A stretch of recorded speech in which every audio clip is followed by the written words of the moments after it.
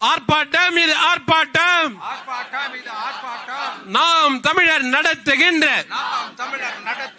கண்டன ஆர்ப்பாட்டம்.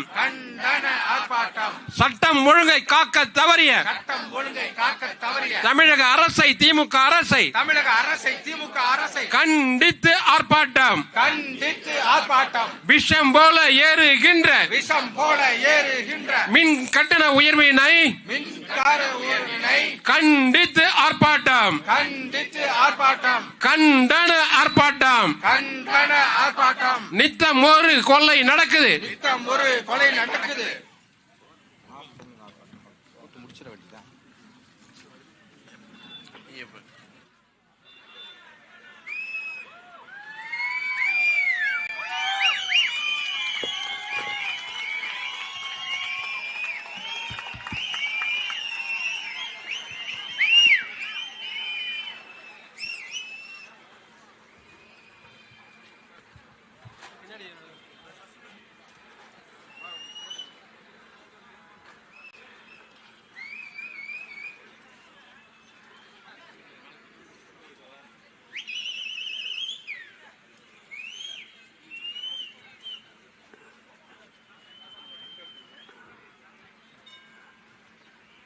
தமிழ்நாட்டில்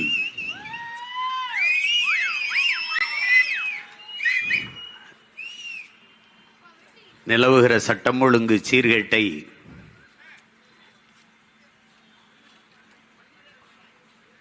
மின்கட்டண உயர்வை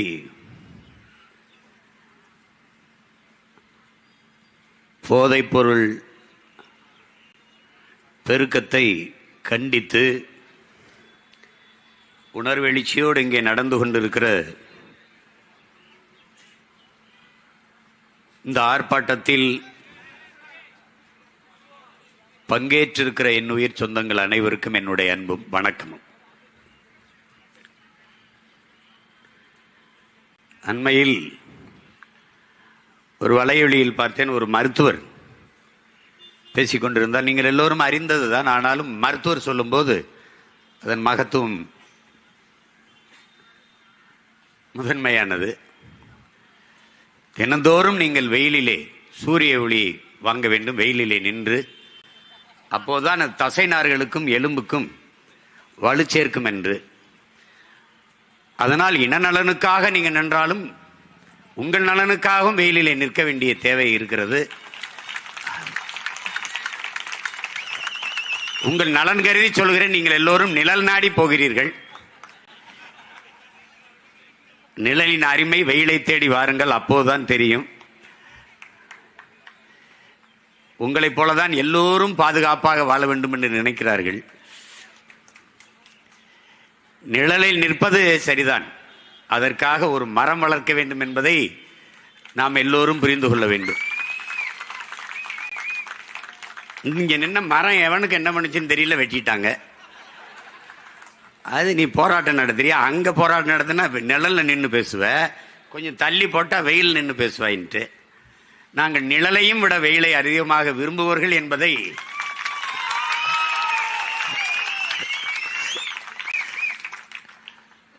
ஆட்சியாளர்கள் புரிந்து கொள்ள வேண்டும். இங்கே பேசிய நமது அன்பு தம்பி தங்கைகள், அருமை உடன் பிறந்தார்கள்,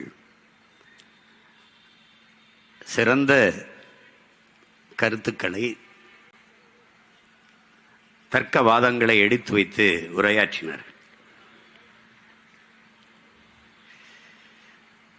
பெரியார் அவர்கள், ஐயா பெரியார் அவர்கள் சொன்னதுதான், நீ மானமுள்ள 1000 பேரோடு சண்டை போட்டு விடலாம், மானங்கட்ட ஒருத்தனோடு சண்டையே போட முடியாது என்று. அவர் தான் சொன்னாரு, மானமும் அறிவும் மனிதனுக்கு அழகுன்னு. அதை படிச்ச நம்மெல்லாம் மான அறிவோடு இருக்கிறோம். பக்கத்துல இருந்து படுத்து ஒரே தட்டில் சாப்பிட்டு விரல் பிடிச்சி நடந்தோம், நிழல்லையே வளர்ந்தோங்கிறவெல்லாம் மானம்னா என்ன விலை, அறிவுனா என்ன விலைன்னு. இங்கே பெருந்துயரம் நிகழ்ந்து விட்டது. அருகிலே இருக்கிற நமது சகோதர மக்கள் வாழ்கிற கேரளாவில் வயநாடு. கேரளாவே மிக அழகான ஒரு நாடு. அதிலே வயநாடு மிகவும் மிக ஒரு அழகு வாய்ந்த ஒரு நிலப்பரப்பு. நம்முடைய கொடைக்கானல், ஊட்டி, ஏற்காடு போல ஒரு அழகியல் நிலப்பரப்பு. அது கடவுளின் தேசம் என்று கவிஞர் பெருமக்கள், அறிவார்ந்த அறிஞர்கள் எல்லோரும் அதை பாராட்டுவார்கள். என் அருமை தம்பி தங்கைகள், என் அருமை உடன் பிறந்தார்கள், இந்தியா நிலப்பரப்பு முழுமைக்கும் நீங்கள் பயணம் செய்து பாருங்கள். விண்ணூர்தியில் கேரளாவுக்குள் பறக்கும் போது விண்ணூர்தியில் இருந்து கீழே குனிந்து பாருங்கள். ஆங்காங்கே வெள்ளையாக சில கட்டிட தெரியும், ஆங்காங்கே. அங்கிருந்து தமிழ்நாட்டுக்கு வந்து இறங்குங்கள், ஆங்காங்கே பச்சையாக ஏதாவது தெரியும். நம்ம தான் கேடுகட்டு கேவலங்கட்டு இருக்கிறோமான்னு நினைச்சு மற்ற மாநிலங்களுக்கு பறக்கும்போது நம்மளை விட கேவலங்கட்டவன் நிறைய பேர் இருக்காங்க. அங்கேயும் பல கருணாநிதி அவன் பேரம்பேத்திகள் பிறந்து அந்த தேசத்தில் இன்றைக்கு பேரிடர், மழை சரிவு, மணல் அரிப்பு. ஆனால் அந்த பெரும் துயரத்தை விட என் மனதை பெரிதும் காயப்படுத்தியது உங்களோடு நான் பகிர்ந்து கொள்ள விரும்புகிறேன். ஆட்சியாளர்கள், இயற்கையை பேரன்பு கொண்டு நேசிக்கிற பெரும் காதலர்கள், அமைச்சர் பெருமக்கள், சூழியல் ஆர்வலர்கள் எல்லாம் பேசியதை நான் கேட்டேன். காடுகளை வெட்டியதுதான், அழித்ததுதான் அதற்கு காரணம். ஒரே நேரத்தில் 1000 ஈட்டிய நெஞ்சில் வாய்ந்தது மாதிரி இருந்தது. நம்ம பாட்டேன் முப்பாட்டேன் மாத்தாப்பேன் போய் காட்டை வெட்டின மாதிரி வெட்டின ஐக்கிய பயிலே வீட்டுக்காரனடா. காடுகளை அழித்தது இவர்கள் தான். அவர்களே இப்போது பேசுகிறார்கள், காட்டை அழித்ததுதான் இந்த நிலச்சரிவுக்கு, மண் சரிவுக்கு, மலைச்சரிவுக்கு காரணம் என்று. நான் பல முறை உங்களுக்கு சொல்லியிருக்கிறேன், நாம் போதிக்கும் போது அவர்களுக்கு புரியாது, பாதிக்கும் போது புரியும் என்று. இப்போது நமக்கு முன்பு சொல்கிறார்கள் காடுகளை அழித்ததுதான். காடுகளின் தேவை என்ன, அவசியம் என்ன? 300 அடி 250 அடிக்கு உயர்ந்து நிற்கிற மரங்கள், காடுகள் தன் வேரை ஆள் நிலத்திற்குள் பரப்பி புகுத்தி மண்ணை இறுக்கமாக பிடித்துக் கொள்ளும், சரிவை தடுக்கும். இது இயற்கை. அது அறிவியல் என்றாலும், இயற்கை என்றாலும், உயிரியல் என்றாலும், எப்படி பார்த்தாலும் இதுதான் உண்மை. நீ அதை வெட்டுன குட்ட பயிர தேயிலே காஃபியை போட்ட அரிச்சிட்டு போயிடுச்சு. ஒரு சங்கிலி தானே என் உடன் பிறந்தவர்களே, ஒரு சங்கிலி தானே, ஒரு இணைப்பு. அது உயிர் சங்கிலியா இருக்கட்டும், உணவு சங்கிலியா இருக்கட்டும், எல்லாம் 6 மாவட்டங்கள் அங்கிருந்து மேற்கு தொடர்ச்சி மலை அப்படியே வருது, கன்னியாகுமரிக்குள்ள இப்படி வந்து ஒரிசா வரை போகுது. கன்னியாகுமரியில் பல ஆயிரக்கணக்கான வெடிமருந்து டன் எடையுள்ள வெடிமருந்துகளை வச்சு தகர்த்து என்னுடைய மலையை நொறுக்கி எடுத்துட்டு போனேன். 3 கிலோமீட்டருக்கு அங்க மலையை தகர்ப்பதற்கு கல்குவாரிக்கு அங்க பாம் வைக்கும் போது, வெடிமருந்தை வைக்கிற போது, தொலைதூரத்தில் இருக்க கிராமத்தில் இருக்க வீடுகளின் சுவர்கள் வெடிக்கும் போது, இங்கே நீ வைக்கிற மலையில் அதிர்வு அங்கே வெடிக்காத? இந்த அடிப்படை அறிவு ஏன் உங்களுக்கு இல்லை? எல்லோரையும் கொண்டு விட்டு துறைமுகம் வெட்டி பிணத்தை ஏற்றுமதி செய்ய போகிறாய்? என்னத்தை ஏற்றுமதி செய்ய போகிறாய்? இதற்கு யாரிடத்தில் பதில் இருக்கிறது? யாரிடத்தில்? எப்படிப்பட்ட அறிஞர்கள் வாழ்கிற நிலத்திலே நீங்கள் ஆட்சியாளர்களிடத்திலே, அவர்கள் ஆட்சியின்களை வாழ்கிறீர்கள்? நீர் வழிந்து ஓடுகிற காவாய்கள், தாரைகள், அரிப்பு ஏற்படுது என்று இருபுறமும் கான்கிரீட் சுவர்கள், சிமெண்ட் செங்கலை வைத்து, கற்களை வைத்து கட்டி எழுப்புவதை உலகத்தில் எந்த நாட்டில், எந்த நாட்டு அறிஞர் நீர் மேலாண்மையில் இது செஞ்சிருக்கான் பார்த்திருக்க? உன் முன்னோர்கள் அப்படிதான் செஞ்சானா? கரையை அரிக்கிறது, மண்ணை அரித்துக் கொண்டு நீர் ஓடுகிறது என்றால் தடுப்பதற்கு இருக்கிற ஒரே வழி கரை நடுக, மரம் நடுக. இது அடிப்படை அறிவு. அதை செய்யாம காங்கிரீட் மதில் சுவர் இப்படி சிமெண்ட போட்டா இந்த இருவோரமும் கசிந்து கசிவுநீர் பாசனத்திற்கு பல லட்சம் ஏக்கர் காய்ந்து கிடக்கிறது. கசிவுநீர் பாசனம், வண்டு, மண்புழு, நண்டு, நத்தை எல்லாம், பாம்பு, எலி எல்லாம் அந்த தண்ணி போய் ஓரத்தில் போய் அந்த இதுல தான் வாழும். தவளை, மண்புழு, நண்டு, நத்த, அவைதான் இந்த மண்ணை வளப்படுத்தும். நீ சிமெண்ட போட்டா எங்கடா போய் இது வாழும்? இங்க வாழும். இங்க பேசிட்டு இருந்த நம்ம அம்மா பேசினாங்கல்ல, பேராசிரியர் அம்மா தமிழ்ச்செல்வி, ஒரு ஏரி எல்லாம் ஆக்கிரமிச்சிட்டாங்க. நம்ம நின்று பேசுற இடமே ஏரி தான் என் தாயே. நீரின்றி அமையாது ஒழுக்கு என்று பாடியவனுக்கே கோட்டம் ஏரியை தூத்துட்டு தான் கட்டப்பட்டிருக்கு. இதுக்கு பேரு லேக் ஏரியா. ஏரி எங்கய்யா? அங்கிட்டு போறியா? அதுதான் பதில். இந்த பகுதிக்கு பேர் என்ன சொல்லு? லேக் எங்கடா?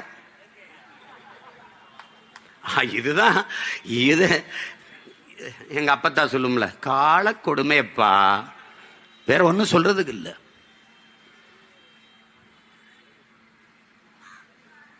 புதுசா சொல்லுவான், மேகம் வெடிச்சிருச்சுன்ட்டு. குண்டு வச்சது யாரா? புவி வெப்பமாயிருச்சுமா. வெப்பமா ஆச்சா? நீ ஆக்குனிய? பருவநிலை மாறிச்சு, மாத்தினியா மாறிச்சா?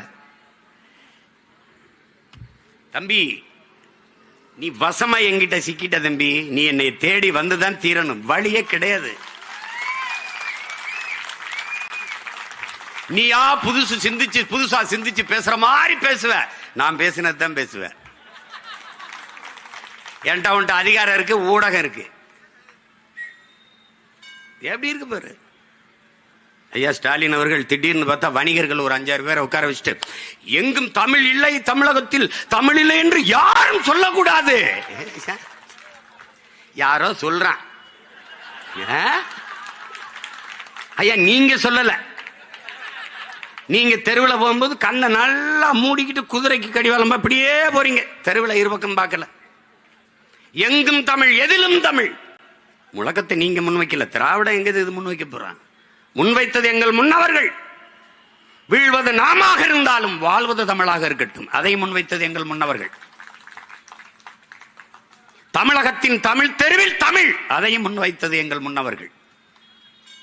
மணக்க வரும் தென்றலிலே குளிராய் இல்லை, தோப்பில் நிழலாய் இல்லை, தனி பெரிதாம் துன்பம் இது தமிழகத்தின் தமிழ் தெருவில் தமிழ்தான் இல்லை. இது எங்கள் தாத்தன் புரட்சி பாவலன்.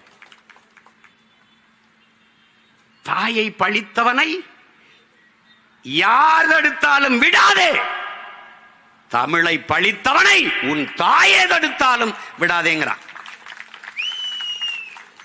இப்ப நாங்க என்ன செய்யலாம் நீங்க சொல்லுங்க.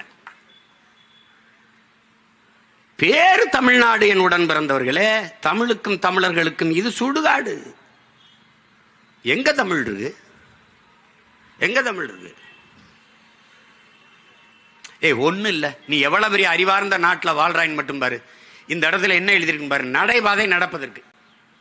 நடைபாதை நடப்பதற்கென்று கூட தெரியாத அடிப்படை அறிவில்லாத மக்களாக இந்த சமூகத்தை உருவாகியிருக்கான். சூடு ஆறிடுச்சு. ஏன்னா நான் சூடாயிட்டதுனால இவனுக்கு முன்னாடி நம்ம சாதாரணம்னு அது ஆறிடுச்சு. சரி ஆயிடுச்சு. இதுதான் இவங்க. அந்த ஒரு நாள் அறிக்கை அது யாருக்காக விடப்பட்டதுன்னு உனக்கு தெரியும். அது தமிழ் இல்லைன்னு யாரும் சொல்லக்கூடாது. நீங்க உணரல. கடத்தெருவில் தமிழ் இல்ல, வீதியில தமிழ் இல்ல. தமிழை நேசிக்கிற பெருந்தகையே, சென்னை கடற்கரையில் சென்று பாருங்கள். நம்ம சென்னை என்று எழுதியிருக்கிறது. நம்ம சென்னை என்று எழுத்திருக்கிறது. என் தம்பி தங்கைகள் போனா பாருங்க. நம்ம தமிழ்ல இருக்கு. சென்னை எந்த மொழியில் எந்த எழுத்தில் இருக்குது? தமிழ் வாழ்க. திராவிட மாடல். திராவிடம் சமஸ்கிருதம், ஆங்கிலம் மாடல் இங்கிலீஷ், தமிழ் வாழ்க. இதாண்டா இவங்க ஆட்சி முறை. அது திடீர்னு ஐயா ரகுபதி அவர்களை பார்த்து இல்ல, ஐயா பெரியார் அவர்கள் ராமரச்சர் பலடிச்சாரு, தீ வச்சு கொளுத்தினாரு, அதெல்லாம் ஒன்றும் சரி வரல, அவர் அசிங்கப்படுத்த முடியல. இது ராமர் ஆட்சி தான்ட்டாரு. செத்தான் ராமன். கதை முடிஞ்சு. இதை விட ராமரை இழிவாக ஒருத்தரும் சொல்ல முடியாது. இப்ப பெரியாரை விட பெரிய கலாக்காரர், பெரிய புரட்சியாளர், பெரிய சமூக சீர்திருத்தவாதி ஐயா ரகுபதி அவர்கள் தான்.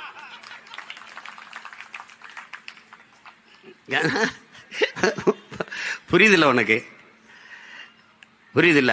கலைஞரை நீ எல்லாமாட அவமானப்படுத்திடுவ.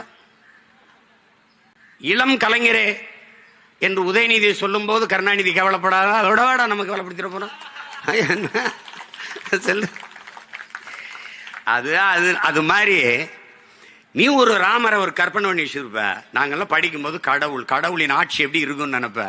பசி இருக்காது, பஞ்சம் இருக்காது, வறுமை ஏழ்மை இருக்காது, எல்லாருக்கும் உணவு கிடைக்கும், உடை கிடைக்கும், வாழ நல்ல வீடு இருக்கும், அங்க குற்றம் குறை இருக்காது, மது இருக்காது, கொலை செய்ய நடக்காது, கற்பழிப்பு இருக்காது, இதெல்லாம் இருக்காதுன்னு நினைப்ப. நீ அப்படிதான் நினைப்ப.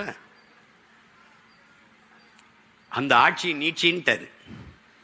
ஒரு வார்த்தை ஐயா ஸ்டாலின் அவர்கள் பேசல. இல்ல அப்படிலாம் இல்லையே.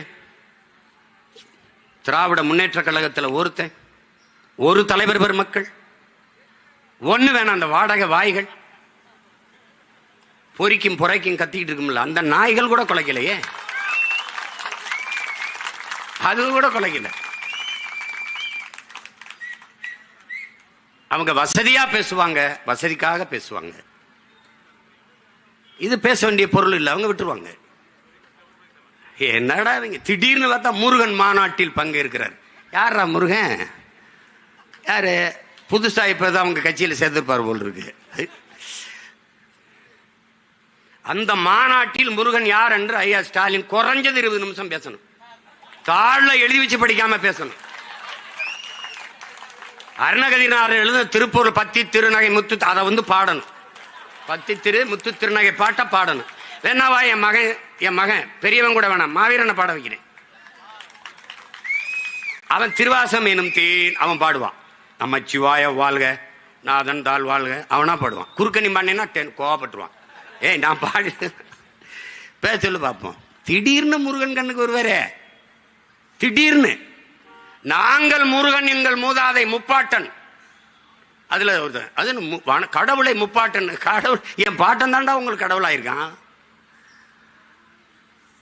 நாங்கள் முருகனை தூக்கும் போது முருகன் என் இன முன்னோன், எங்கள் தமிழ் கடவுள் என்று நான் வேல்வேல் வெற்றிவேல் என்று வேலை தூக்குகிற போது விமர்சித்த பெருமக்கள் இதே முரசொலியில் என்னை திட்டி இழிவுபடுத்தி எழுதிய கட்டுரை,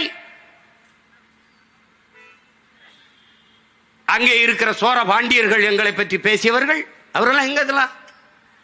இப்ப என்ன வாயில என்ன இருக்குது? எலி பேஸ்ட் இருக்கா, ஃபெவிகால் இருக்கா, என்ன போட்டு ஒட்டி வச்சிருக்கீங்க?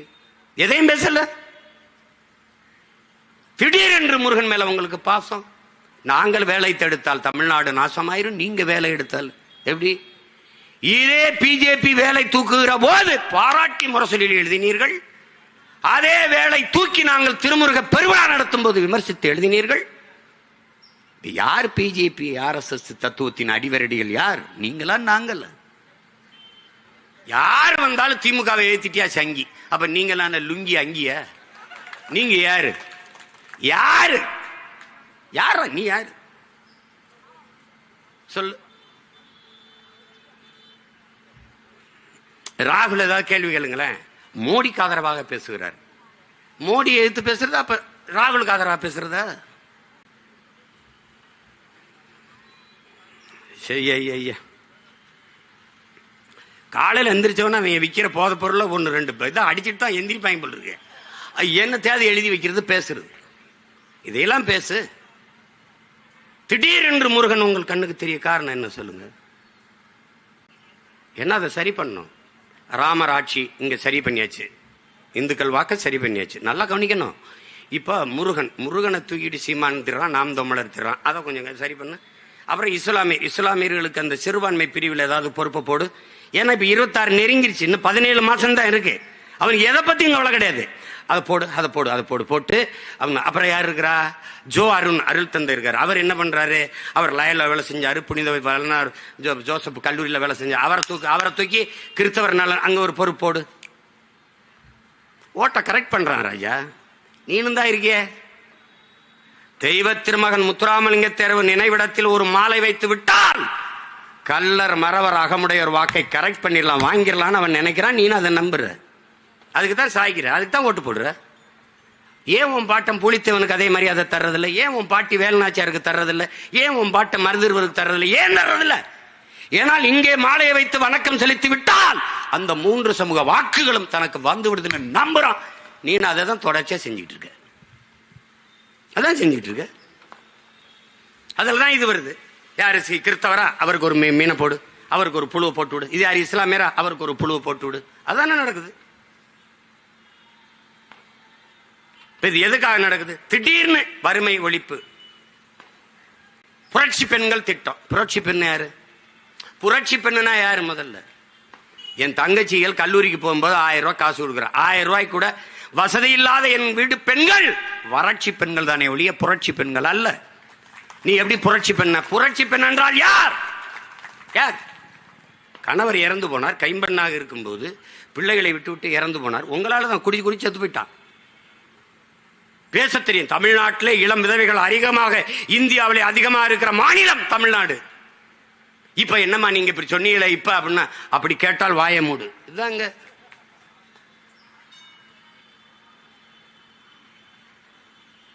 கணவனை இழந்து விட்ட பெண், அவள் தன் குடும்பத்தை காப்பாற்ற ஒரு வேலைக்கு போகணும், தையல் பயிற்சி எடுத்துக்கொண்டால், திறன் மேம்பாட்டு பயிற்சி எடுத்தால், ஒரு துணி ஆடை விற்பனையகத்துக்கு போனால், உணவகத்துக்கு போனால், வேலை செய்தால், வருவாய் ஈட்டி தன் குடும்பத்தை காத்தால், தற்சார்பு பொருளாதாரத்தில் தன்காலிலே நின்று தன் குடும்பத்தை காத்தால், இவள் புரட்சி பெண். இவள் புரட்சி பெண். கால் விபத்திலே இழந்து விட்டாலும் ஓட முடியல, பாரா ஒலிம்பிக்கிலே அது ஓடி தங்கத்தை வெல்றா, பதக்கத்தை வெல்றா என்று ஓடுகிறவள் புரட்சி பெண். எத்தனை புரட்சி பெண்கள் இந்த நிலத்திலே! அதுக்கெல்லாம் அந்த பேரை வைக்கிறது இல்லை. இந்த புரட்சிங்கிற சொல்ல இவர்களால் தான் இழிவாய் போனது. அன்பு மக்களை, வரவெல்லாம் புரட்சி தெலு, புரட்சி நடிகன், புரட்சி தளபதி, புரட்சி கிரட்சின்னு போட்டு புரட்சி வறட்சி சொல்லாக மாறிட்டது. இப்ப புரட்சிங்கிற சொல்ல உச்சரிக்கவே தடுமாற வேண்டியது. இது என்ன புரட்சி? என்ன புரட்சி? அப்படி ஏதாவது உருவாக்கி இருக்கா இந்த நாடு? பெண்கள் தங்களை தாங்களே தற்காத்துக் கொள்வதற்கு பொருளாதார மேம்பாட்டு திட்டங்களை தான் அறிவிச்சிருக்கா? தங்களை தாங்களை சார்ந்து வாழ்கிற தற்சார்பு பொருளாதார திட்டத்தை தான் அறிவிச்சிருக்கா? இல்ல. 1000 ரூபாய். ஏன் 1000? இளைய தலைமுறை பிள்ளைகளை தன் பக்கம் திருப்ப முடியல. கோட்பாடு செத்து போனது, தத்துவம் செத்து போனது, திராவிடம் தீந்து போயிட்டது. எங்க ஒரு தலைமுறை பள்ளி கல்லூரியில் படித்த தலைமுறை எல்லாம் தமிழ் தேசிய அரசியலை நோக்கி, சீமானை நோக்கி, புலிக்கொடியை தூக்கி ஓடி வருது. 35 லட்சம் 36 லட்சம் வாக்கா? அதுல குறைஞ்சது 30 லட்சம் வாக்கு இளைய தலைமுறை பிள்ளைகளின் வாக்கு என்பதை உங்களுக்கு மேசையில் இருக்கிற சர்வே புள்ளி விவரம் சொல்லு. அப்ப என்ன பண்ணலாம்? இந்த ஓட்டை எப்படி, இந்த வாக்கை எப்படி நமக்கு திருப்பலாம், எப்படி ஓட்டை டைவர்ட் பண்ணலாம், சீமான்ட்ட போகாம எப்படி எடுக்கலாம் அப்படின்னா, படிக்கிற கல்லூரிக்கு போற பிள்ளைகளுக்கெல்லாம் 1000 கொடுத்துரு. ஓட்டுக்கு அந்த நேரத்தில் காசு கொடுக்கறதுக்கு பதிலா ஒவ்வொரு மாசமும் கொடுத்து சரி பண்ணிடு. எப்ப கொடுக்கறது? ரொம்ப முன்னாடி இருந்து கொடுத்தா நிறைய தொகை செலவு பண்ண வேண்டியது வரும். தேர்தலுக்கு 10-15 மாசம் இருக்கும்போது கொடுத்தால் இப்ப 450 கோடி கிட்ட செலவாகுது. எதுக்கு? தமிழ் புதல்வன் திட்டத்துக்கு. தமிழ் புதல்வன் யார்? தமிழ் புதல்வன் திராவிட மாடல் ஆட்சியில் திராவிட புதல்வன் ஏன் இல்லை? எங்கள் ஐயா நல்லகனுக்கு கொடுத்த விருதிலே திராவிடர் தகைசால் திராவிடர் ஏன் இல்லை? இலக்கிய செல்வர் குமரி ஆனந்தன் ஐயா அவர்களுக்கு கொடுக்க போற விருதிலே ஏன் தகைசால் திராவிடர் என்று இல்லை? தகைசால் தமிழர். யாரை ஏமாற்ற? இதை நாங்கள் பேசினால் இனச்சாவனிசம், இனவெறி, மொழி சாவனிசம், செப்பரேட்டிசம், பிரிவினவாதம். இதை ஏன் நீங்க இல்ல? திராவிட மாடல் ஆட்சி ஏன்? தமிழ் புதல்வன். அது ஏன் சொல்லுது தமிழ் புதல்வன் திட்டம்? திராவிட புதல்வன் சொல்லி பாரு, சொல்லி பாரு. திரும்பி கூட பார்க்க மாட்டான். கொடுமை. நாம் தமிழ் தேசியம் பேசும்போது பாரு, நம்ம தமிழ் தேசியம் பேசு பாசிசம், செப்பரேட்டிசம், சாவனிசம், இனவெறிய தூண்டுறோம், இன பாகுபாடு பேசுறோம், ஆன்டி நேஷனலிசம், தேச துரோகம், இதெல்லாம். ஆனால் நாம் சின்ன பிள்ளைகளாக கால் டப்சர் போட்டு விவரம் தெரியாத காலத்திலே தெலுங்கு தேசம் என்று கட்சி ஆரம்பிச்சார என்.டி. ராமா, அப்போல்லாம் எங்க போய் புல்லு பிடிங்கிட்டு இருந்த நீ? எங்க போய் இருந்த? எங்களை பாசிஸ்ட், செப்பரேட்டிஸ்ட், இனவெறிகள், தேச துரோகிகள் என்று பேசுகிற இந்தியர் திராவிடர், இந்த திராவிட கட்சிகள், இந்த திமுக ஏன் சந்திரபாபு நாயுடு தெலுங்கு தேச கட்சியோட கூட்டணி வைத்தது? பதில் உண்டா? யார் சொல்லுவா? எங்களை பிரிவினவாதி, தேச துரோகிகள், செப்பரேட்டிஸ்ட் என்று பழி சொல்லுகிற பாரதிய ஜனதா எதற்காக தெலுங்கு தேசத்தோடு சந்திரபாபு நாயுடு அவர்களோட கூட்டணி வைத்து இப்ப பதவியில் இருக்கிறது? எதற்காக இருக்கிறது? நான் தமிழ் தேசியவாதி, பிரிவினவாதி, என்ன இதுக்கா என் வீட்டில் வந்து கூட்டணி பேசுன? எதுக்கு பேசுன? எதுக்கு பேசுன? நீ உன்னோட கூட்டணி வந்தா எப்படி? உன்னோட வந்துடுறேன், உங்களோட கூட்டணி வந்துடுறேன். உங்க தலைவர் படத்துக்கு முன்னாடி என் தலைவர் படத்தை வச்சா நீங்க இருப்பீல? எப்படி இருப்பீங்க? எப்படி இருக்கும் பாத்துக்க. தெரிச்சு ஓடிடுவீங்க, மேடையில உட்கார மாட்டீங்க.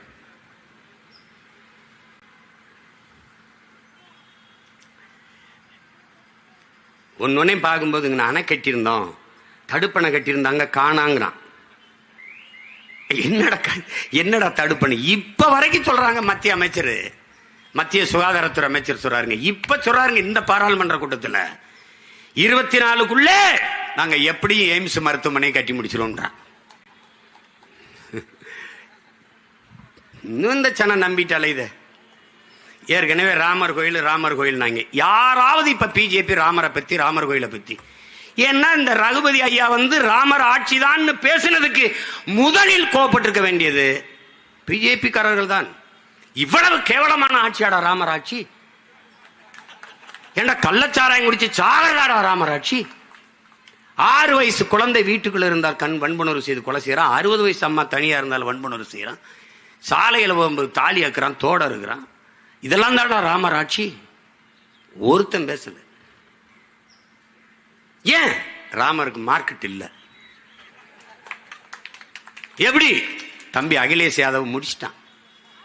அயோத்தியிலே பொது தொகுதியில தாழ்த்தப்பட்ட ஒருவரை போட்டு செருப்ப கட்டி நங்குன்னு அடிச்சு முடிச்சிருக்கான். இப்ப பேசுறது ராமரை பேச முடியாது. அந்த பிரச்சனை முற்று பெற்று விட்டது. Problem solved. ராமருக்கு கோயில் கட்டிட்டு அங்க எல்லாம் குறுக்கலாம். ஐயோ ஒழுகுதுங்க.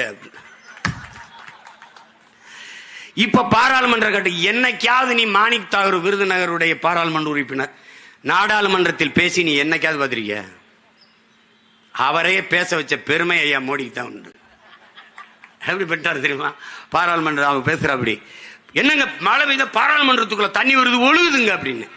ராமர் கோயிலும் ஒழுகுது, அவர் கட்டின ராமர் கோயிலும் ஒழுகுது, நாடாளுமன்ற கட்டடமும் ஒழுகுது. அதை பத்தி கவலை இல்லை. மக்கள் அழுவதை பற்றியே கவலைப்படாத அவர்கள் கோயிலும் நாடாளுமன்ற கட்டிடமும் ஒழுகுவதை பற்றி எப்படி கவலைப்படுவாங்க? அதை பத்தி அவங்களுக்கு ஒரு கவலையும் கிடையாது.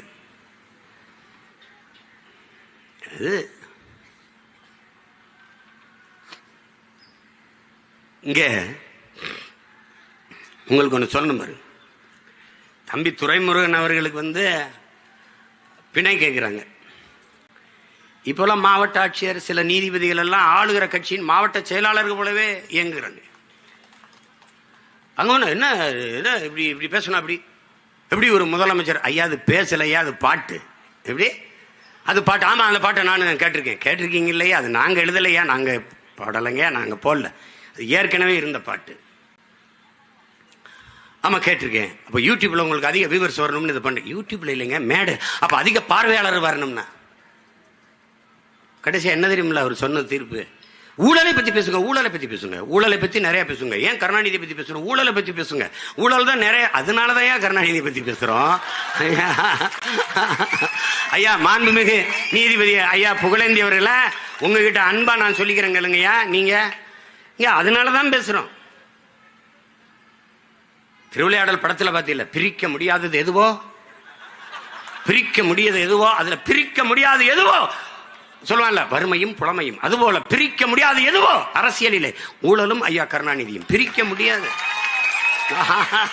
இது தெரியாம நீ ஐயா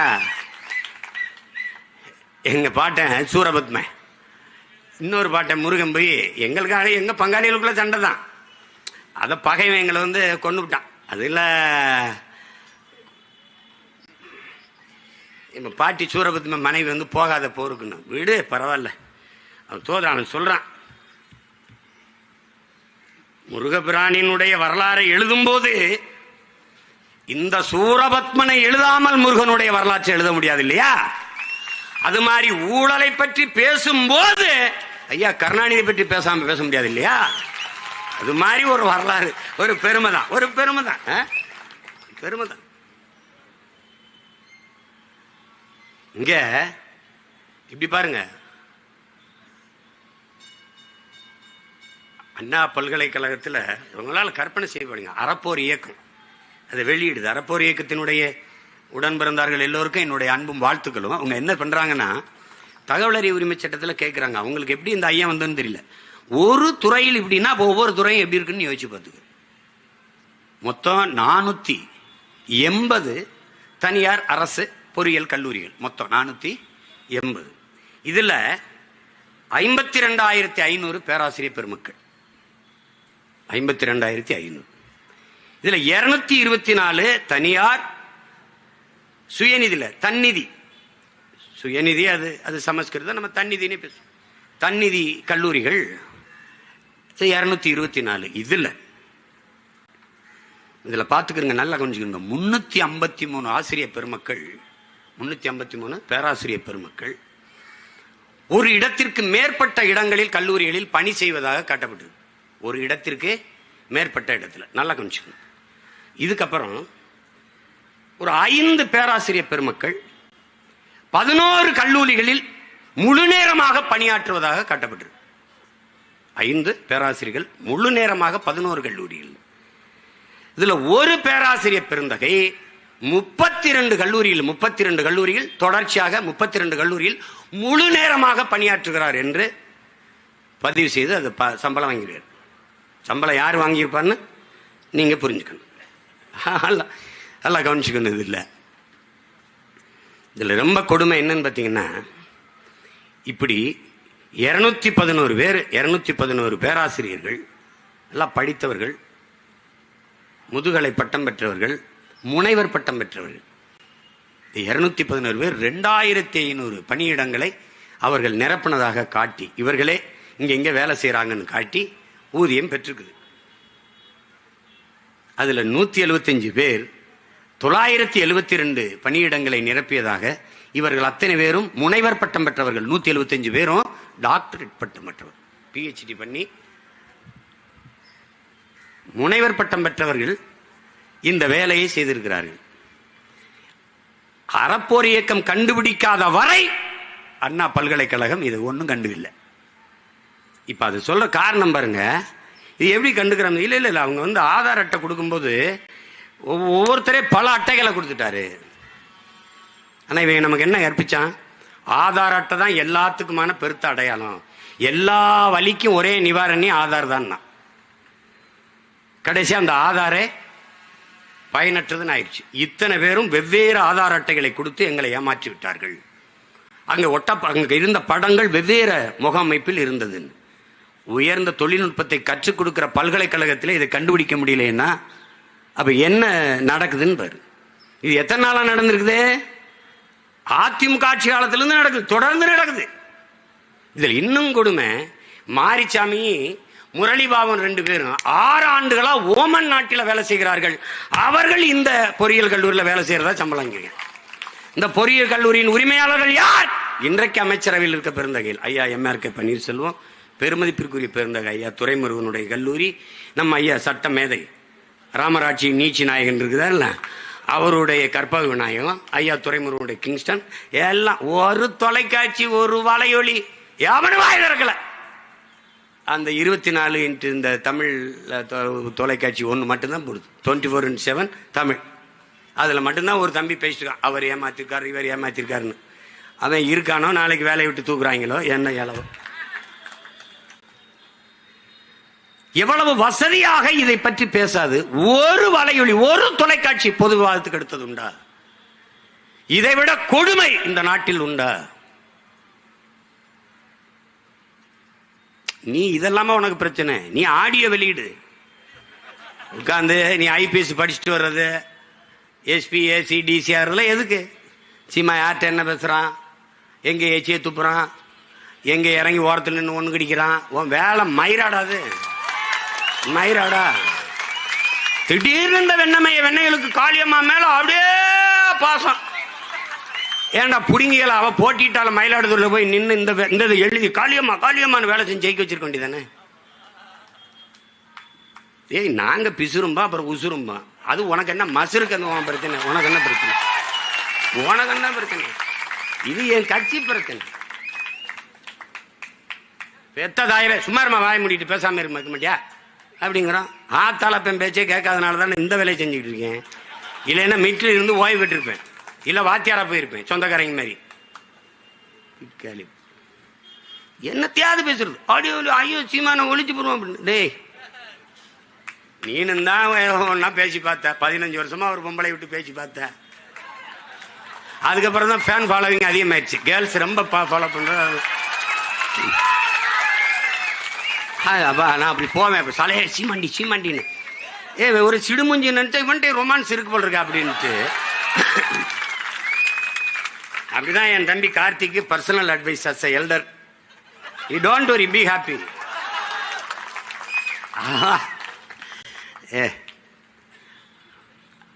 அவன் நம்ம முதுக நோண்டி அழுக்க மோந்து பார்க்கிறவன். அவன் மோந்து பார்த்துட்டு நீனு மோந்து பாரு, நீனு கொஞ்சம் மோந்து பாரு. அயோக்கியப்பு. எதை பேசுறது, எது சமூகத்துக்கு பிரச்சனை, எது அவசியம், இதை வெக்கம் இல்லாம மானம் இல்லாம பேசிக்கிறது. யார் யாரை வச்சிருக்கா, எந்த நடிகை யாரோட போறா, அவளுக்கு 10 லட்சம் இவன் தான் வாங்கி புரோக்கர் ஏஜென்ட் இந்த மாதிரி, அவன் அந்த நடிகை அந்த இதை வச்சு இதை வச்சு உங்களுக்கா எப்படி அவங்க பிள்ளை பொண்டாட்டி ஆத்தால சோறு போடுறவங்களுக்கு மானம் கட்டண. சி என் தங்கச்சி சொல்லிச்சுல, பேசுறது பெருமாள் ராமர், கேட்கறது ராமாயணம், இடிக்கிறது பிள்ளையார் கோயில் பெருமாள் கோயில் மாதிரி, படிக்கிறது ராமாயணம், இடிக்கிறது பெருமாள் கோயில் மாதிரி, பேசுறது பெரியாரு, அப்புறம் இங்கே போடுறதெல்லாம் கேவலமா பெண்களை இழிவுபடுத்தி பேசுறது. அவனுக்கு ஒன்றும் கிடையாதுடா. 23 மீனவனை கைது செஞ்சு போனானே, பேசுனானா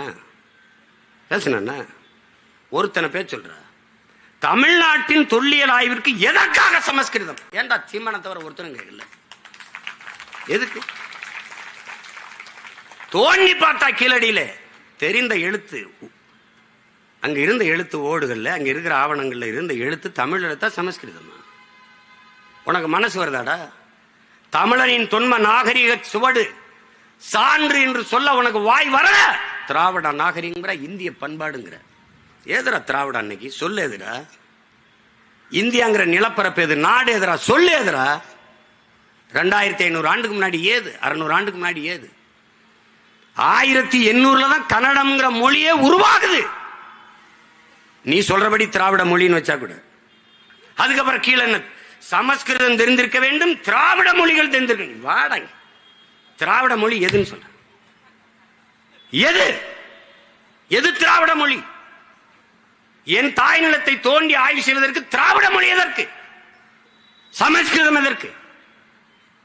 40 உப்பு மூட்டை அனுப்பியிருக்கியே பாராளுமன்றத்திற்கு, மானங்கட்டு. நீங்க போன தடவை 39 உப்பு மூட்டை தூக்கி போடுவாங்க, அப்புறம் முடிஞ்சவனே ஏற்றி விடுவாங்க. வண்டியில் ஏற்றி இறக்குறதான் 5 வருஷம் போயிடுச்சு. இப்போ அதையும் ஏற்றி இறக்குவாங்க.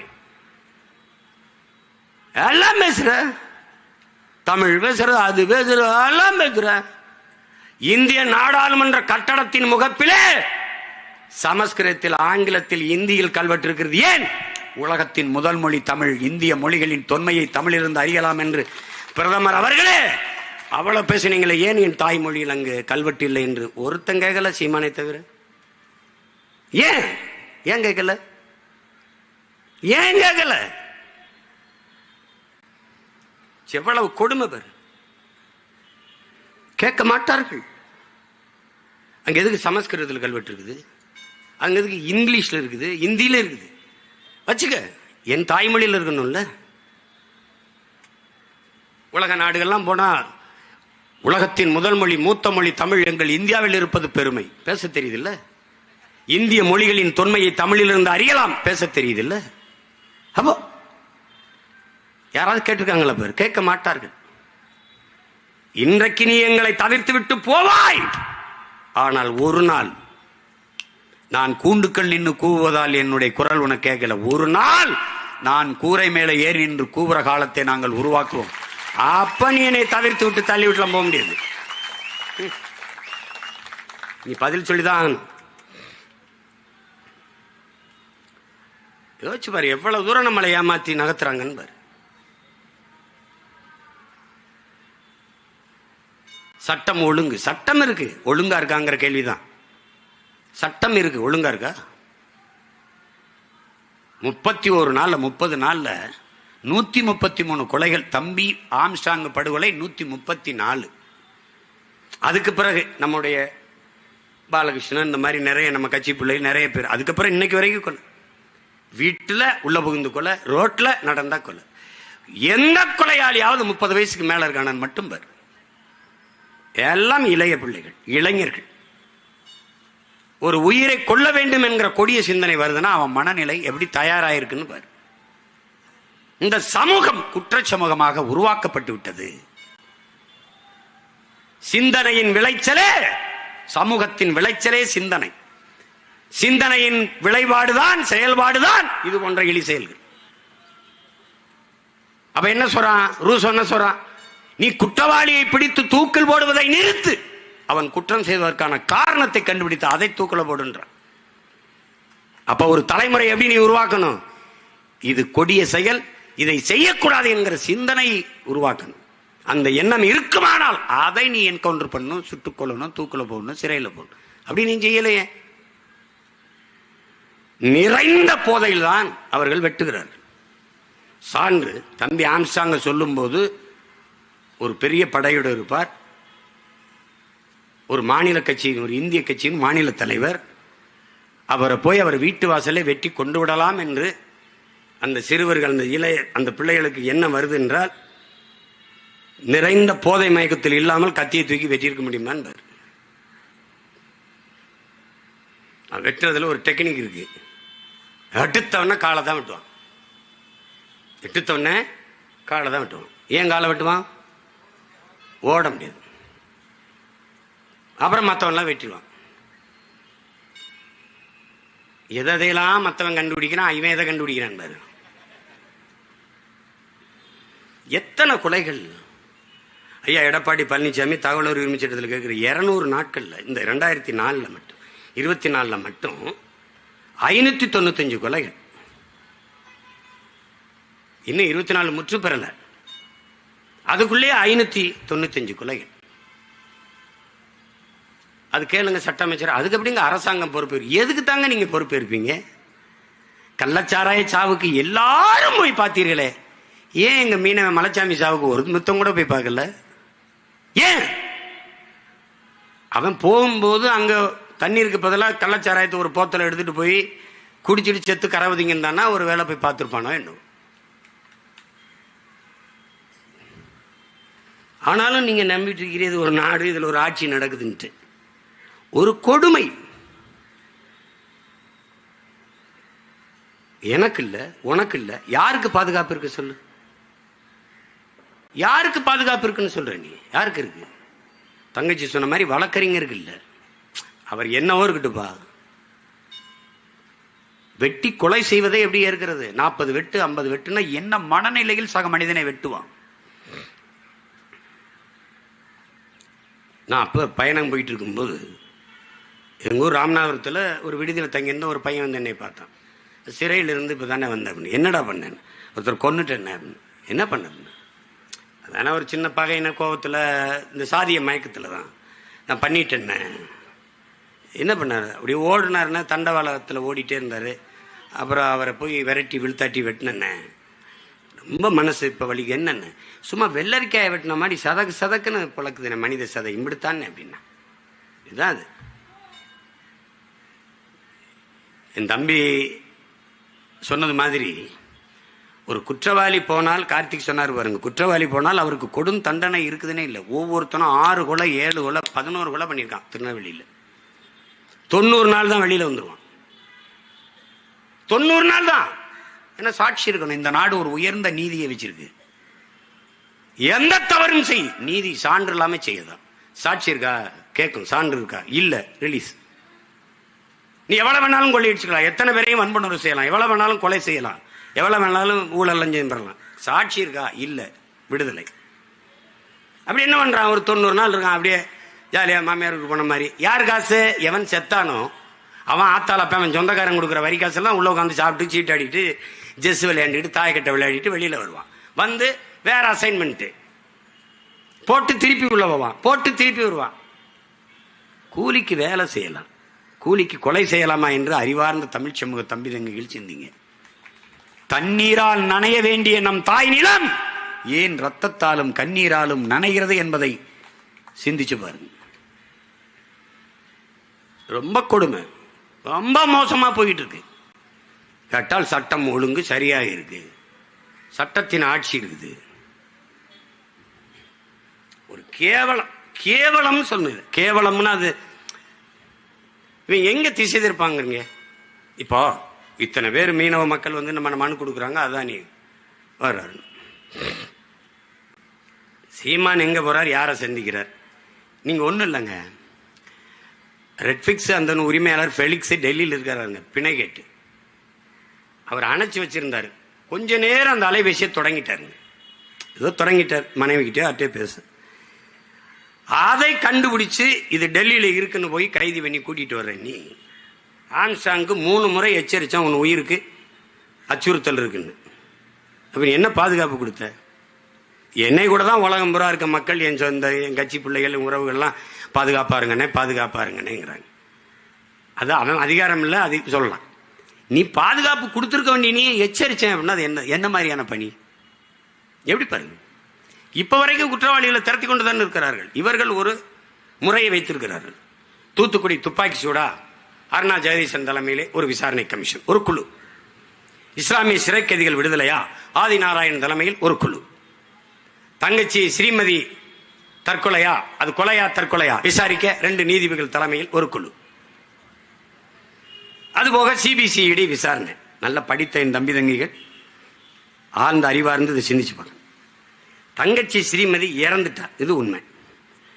அது தற்கொலையா கொலையா, இது நமக்கு எழுகிற சந்தேகம். ஸ்ரீமதியின் கிராமம் சின்னது, அவ படிச்ச கல்லூரி பக்கத்தில். இதை விசாரிக்க எத்தனை காலம், எவ்வளவு நாட்கள் எடுத்துக்கொள்ளலாம்? அறிவார்ந்த பிள்ளைகள், தமிழ் சமூக சொந்தங்கள் சிந்திச்சு பாருங்க, எத்தனை நாள் எடுத்துக்கலாம்? காவல்துறை விசாரணையில் என்ன பிரச்சனை? சிபிசிஐடிக்கு மாத்திரம். இந்த மாத்திரம்னாவே ஏன் மாத்திரம் என்பதை நீங்க புரிஞ்சுக்கணும். மாத்தியாச்சு. எவ்வளவு நாள் விசாரணை? இன்னும் முடிவுக்கு வரல. 2 நீதிபதிகள் விசாரணை குழு, எங்க விசாரணை? முடிவுக்கு வரல. ஆனால் அந்த நேரத்தில் ஸ்ரீமதி வழக்கு வருகிறது. சென்னை உயர்நீதிமன்றம் ஒரு தீர்ப்பை தருகிறது, அது தற்கொலை தான். சிபிசிஐடி விசாரணை முடியல, அறிக்கை வரல. நீதிபதிகள் விசாரணை முடியல, அறிக்கை வரல. அதற்குள் நீதிபதி அது தற்கொலை தான் என்று தீர்ப்பு சொன்னால் எங்க போயிட்டு இருக்கடா ஒரு நாடு, சட்டம், நீதி, தீர்ப்புலாம்னு யோசிச்சுக்கணும். அவ்வளவுதான். அது ஆமா சொன்ன மாதிரி இப்ப சொல்லுதுங்க, இப்ப சொல்லுது நீதிமன்றம். தூத்துக்குடியில் நடந்தது அது கொடுமை, அதையெல்லாம் எப்படி சகிக்கிறதுன்னு இப்ப சொல்லு. உனக்கு தெரியுமா, அந்த செயலில் ஈடுபட்ட அத்தனை பேருக்கும் பணி இடமாற்றம், பணி உயர்வு. இந்த பல்லப்புடுங்கனால ஒரு பல்வீர் சிங், அவனுக்கு பணி உயர்வு, பணி இடமாற்றம். அந்த கள்ளச்சாராய சாவில் ஒரு காவல்துறை அதிகாரியை பணி இடை நீக்கினாங்கல்ல, அவருக்கு பணி இடமாற்றம், பணி உயர்வு. சென்னையில் தலைநகரில் போக்குவரத்து துறைக்கு. இவ்வளவுதான் இந்த ஆட்சியாளர்கள், இவ்வளவுதான். 38-40 குழுக்களை போட்டிருக்கிறார் ஐயா ஸ்டாலின் இந்த 3 ஆண்டுகள். ஒரு புழு கூட 2 அங்குலம் அப்படி நகரம்டா. இவன் போட்ட குழு 1 கூட நகராது.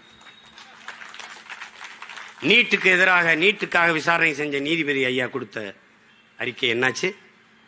அம்மா அருணா ஜெகதீசன் தூத்துக்குடி துப்பாக்கி சூட்டுக்காக விசாரித்து தாக்கல் செய்த அந்த அறிக்கை என்னாச்சு? இவர்களை மாறி ஒரு கொடுங்கோளர்களை நீ என்னைக்கு சந்திக்க முடியாது. நீ தம்பி கார்த்திக் சொன்ன மாதிரி மின்கட்டண உயர்வுன்றோம். அது எதை நோக்கி நகருதுன்னு பாரு. இப்ப குறிப்பா எப்படி பாரு, பேருந்தை அரசு போக்குவரத்து, அரசு பேருந்தை தனியார் தனியாருக்கு ஒப்பந்தம் கொடுக்குற டெண்டர். ஏன் இப்படி கேள்வி? ஏன் நட்டத்துல போகுது. தனியார் எடுத்து என்ன பண்ணுவார்? அவர் லாபத்தில் இயக்கிடுவார். இது மாதிரி ஒரு வேலை திட்டத்தை எங்க பார்த்திருக்க? ஒரு ஒற்றை முதலாளி லாப நட்டத்தில் இழப்பில் இருக்கிற போக்குவரத்தை எடுத்து லாபத்தில் நடத்திவிட முடியும்.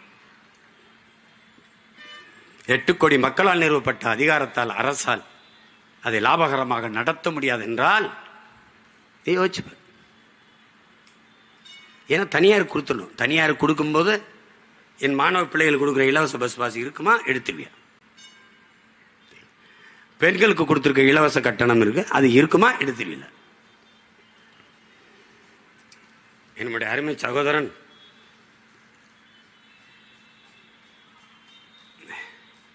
ஈரோட்டில் இருந்து ஒரு மூத்த பத்திரிகையில், புகழ்பெற்ற பத்திரிகையில் வேலை செய்கிற தங்கவேல் அவர்கள், அவருடைய மனைவி என்னுடைய தங்கை பணி இடமாற்றத்துக்கு வந்திருக்கிறார். அரசு பேருந்தில் போகிறோம், மகளிருக்கு இலவச கட்டணம் இல்லா பயணம். அது சொல்லுது கண்ணீரோட, ஒரு துளி கூட மதிக்கிறது இல்லை. என்ன நடத்துனர்கள் எங்களை மதிக்கிறது இல்லை. காரணம் இலவசம். இலவசம் என்ற சொல்லால் நம் பிள்ளைகள், பெண் பிள்ளைகளின் மானத்தை கெடுத்து அவமானப்படுத்தியதான் மிச்சம் இந்த அரசு. அது தனியார்.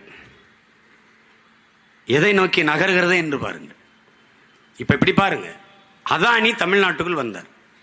உலகத்தின் மிகப்பெரிய பணக்காரர், இந்தியாவின் மிகப்பெரிய தொழிலதிபர், மோடி அவருடைய நெருக்கமான நண்பர். அவர் தமிழ்நாட்டுக்குள் வந்தார். யாரை சந்திக்க வந்தார்? எங்கு வந்தார்? எந்ததற்காக, யாரை, என்ன நோக்கத்திற்காக சந்திக்க வந்தார்? இது ஏதாவது ஒரு அறிக்கை, ஒரு தகவல், ஒரு தொலைக்காட்சி பேசியது, வாடகை வாய்கள் பேசியது ஏதாவது இருக்க? இப்ப எதற்காக வந்தார்?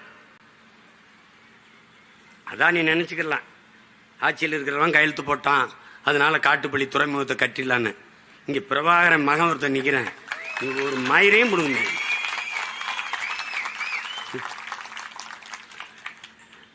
அதெல்லாம் போப்பா, அங்கிட்டு போப்பா.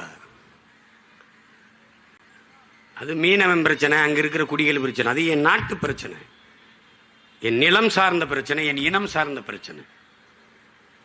இருக்கிற துறைமுகத்தில் என்ன பிரச்சனை? விளக்கு. இருக்கிற விண்ணூர்தி நிலையத்தில் மீனம்பாக்கத்தில் என்ன பிரச்சனை? சொல்லு. அதுக்கப்புறம் நீ பறந்துருட்ட போ. எதற்காக வந்தார் அதை சொல்ல ஏன் இந்த அரசு தயங்குகிறது? பாருங்க எப்படிப்பட்ட ஒரு ஆட்சி முறை நடந்து கொண்டிருக்குன்னு. ஒன்றும் இல்லை, இப்போ இங்கே இருக்குல்ல, பயன்படுத்துகிற மின்சாரத்தை அளவிடுகிற பெட்டி இருக்குல்ல, எத்தனை அழகு மின்சாரம் பயன்படுத்தி இருக்கணும் அளவிடுகிற அந்த பெட்டி, அந்த கருவி பொருத்தி இருக்குல்ல, அது அதானியோட. இது மின் உற்பத்தி ஆற்றுறதுக்கு தம்பி கார்த்திக் மருத்துவர் தான் பேசினார்.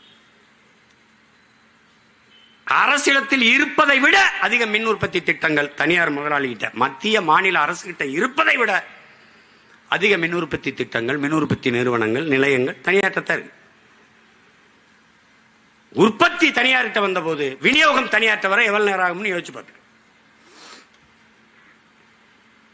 இப்ப பெட்டி வந்துருச்சு, எல்லா வீட்டுக்கும் அவன் தான் பொறுத்தான். அதுல எழுதிருக்கு பாரு, அதானின்னு இருக்கணும்.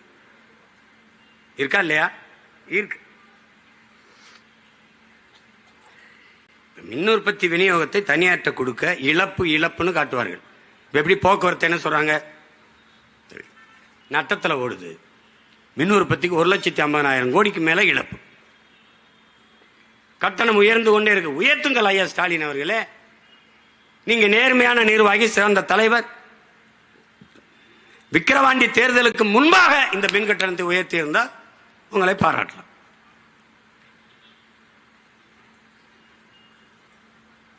அந்த பாட்டை வச்சு ஓட்டிட்டாங்க ஒரு 10-15 நாள். அது கைது, இது கைது, சண்டாளன்னு பாடக்கூடாது. பாடல விடு, வேற பாட்டு பாடுவோம்.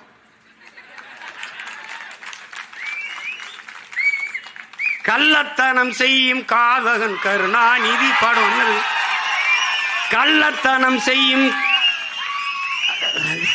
காதகன் கருணாநிதி, சதிகாரன் கருணாநிதி, கொடுஞ்சனிகாரன் கருணாநிதி.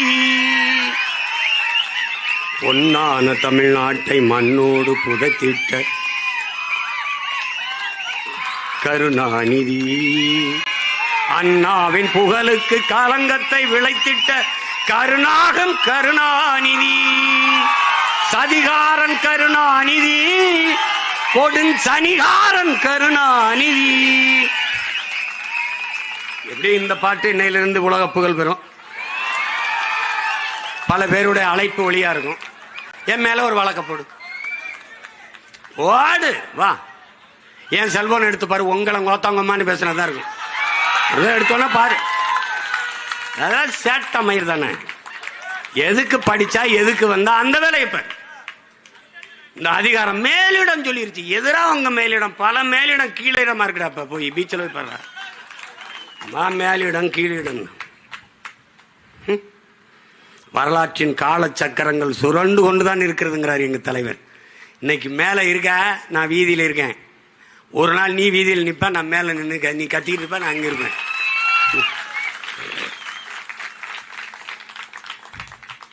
ஐயோ அப்படி பேசிட்டாரு. ஐயோ அவர் எவ்வளவு பெரிய புனிதர். அவர் எப்படி கட்டிய மனைவி தவிர வேறொரு பெண்ணின் நிழலை தொட்டறிய மாட்டார்.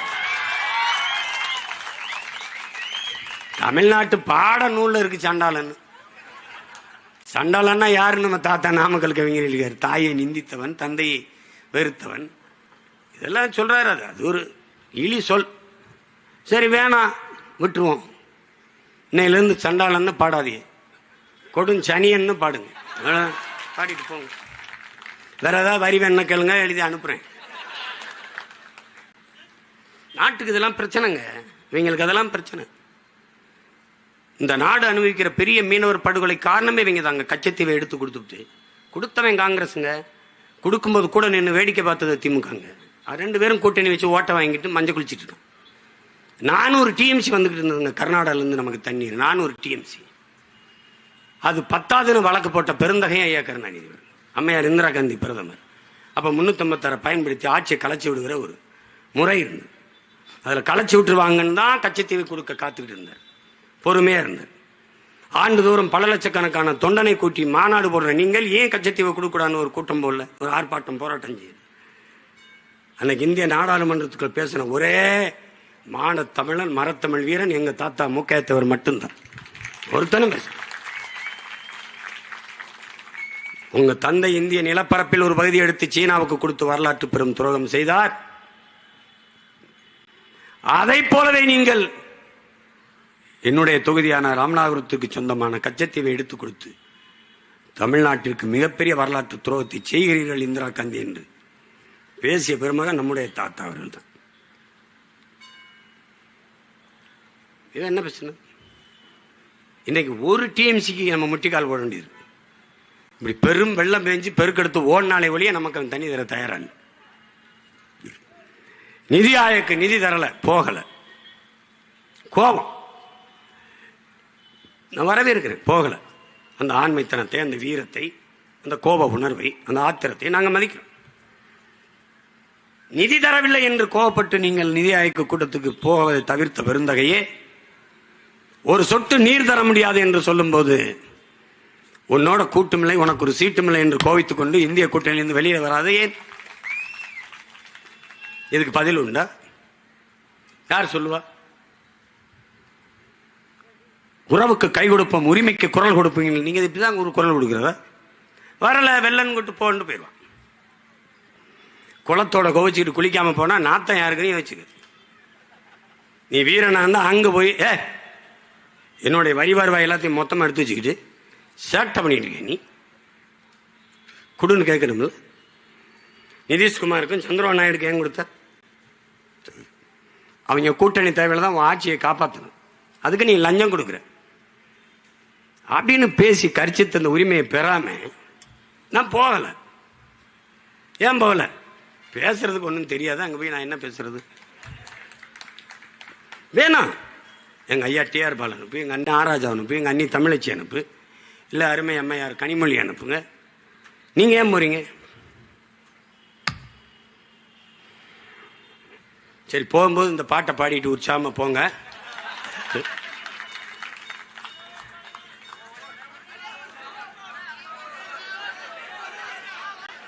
ஏடா இப்பவே ஹிட் ஆயிருச்சடா.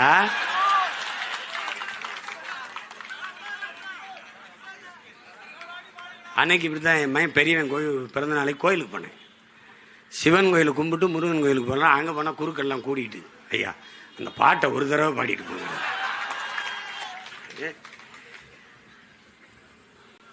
இப்படி பாடுறதா போயிடுறதா? கள்ளத்தனம் செய்யும் காதகன் கருணாநிதி,